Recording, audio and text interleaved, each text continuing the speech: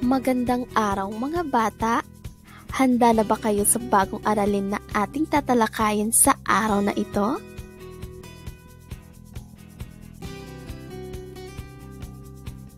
Ang layunin ng aralin natin sa araw na ito ay ang pag-unawa sa 7 antas ng komunikasyon na makakatulong sa angkop at maayos na pakikipag-ugnayan sa ating kapwa. Ayon kay Rush at Bateson at sa iba pang dalubwika, ang komunikasyon ay may iba't ibang antas tulad ng mga sumusunod.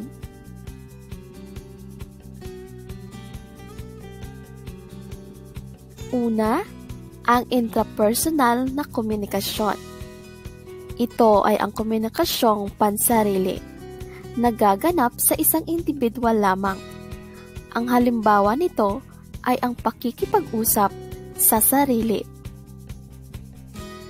Pangalawa ay ang interpersonal na komunikasyon. Ang komunikasyon na nangyayari sa pagitan ng dalawa o higit pang tao. Halimbawa, ang pakikipag-usap sa iyong kaibigan, kakilala o sa mga tao sa iyong kapaligiran. Pangatlo, ang komunikasyong pampubliko.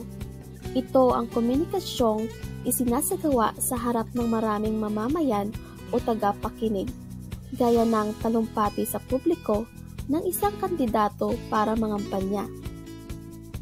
Pang-apat, komunikasyong pangmasa. Ito ang komunikasyong gumagamit ng mga medium na pangmasa gaya ng radyo, telebisyon o pahayagan. Ang halimbawa nito ay ang balita o komentaryo sa radyo o telebisyon. Pang-lima, komunikasyong pang-organisasyon. Ito ang komunikasyon na nangyayari sa loob ng organisasyon o samahan. Halimbawa nito, ang pagpupulong ng mga estudyante para mapigilan ang pagtaas ng matrikula. Pang-anim, komunikasyong pangkultura.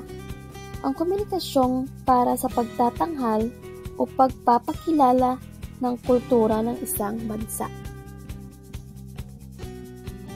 At ang panghuli, ang komunikasyong pangkaunlaran. Ito ang komunikasyong tungkol sa ekonomiya o anumang pangkabuhayan. Ang layunin ng komunikasyong ito ay ang mapabilis ang pagpapaunlad at pagsulong ng isang. At dito nagtatapos ang ating aralin sa araw na ito. Naway naintindihan at naunawaan